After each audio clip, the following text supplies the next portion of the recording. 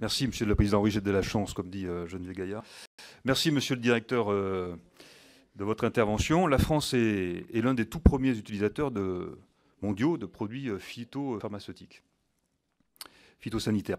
4 cultures, les céréales, à paille, le maïs, le colza, la vigne représentent à elles seules 80% des pesticides utilisés pour moins de 40% de la surface agricole utile. Une vingtaine de molécules est utilisée dans les 60 contre 150 à peu près aujourd'hui. Et l'on estime à 1 millier le nombre de substances mises sur le marché au cours des 40-50 dernières années sous des formes diverses, associations de molécules, additifs, avec une évidente multiplication et diffusion des risques. Et vous l'avez dit tout à l'heure dans votre propos, une polyexposition. À cette multiplication des risques correspond un éclatement des réglementations existantes.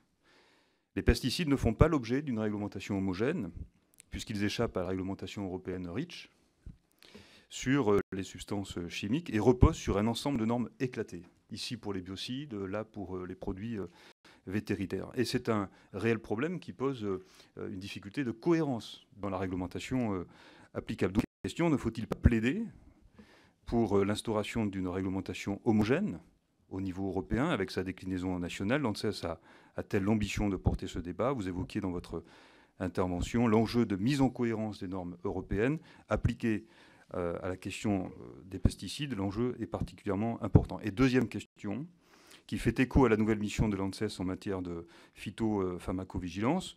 Nous n'avons pas en France d'indicateurs homogènes sur l'ensemble du territoire pour évaluer l'exposition des populations aux risques phytosanitaires.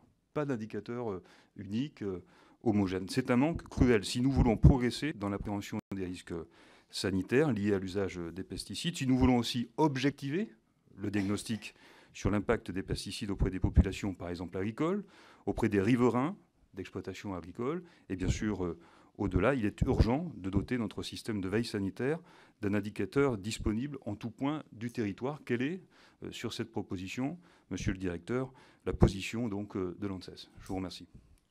Merci. Jacques Kosowski. Jacques.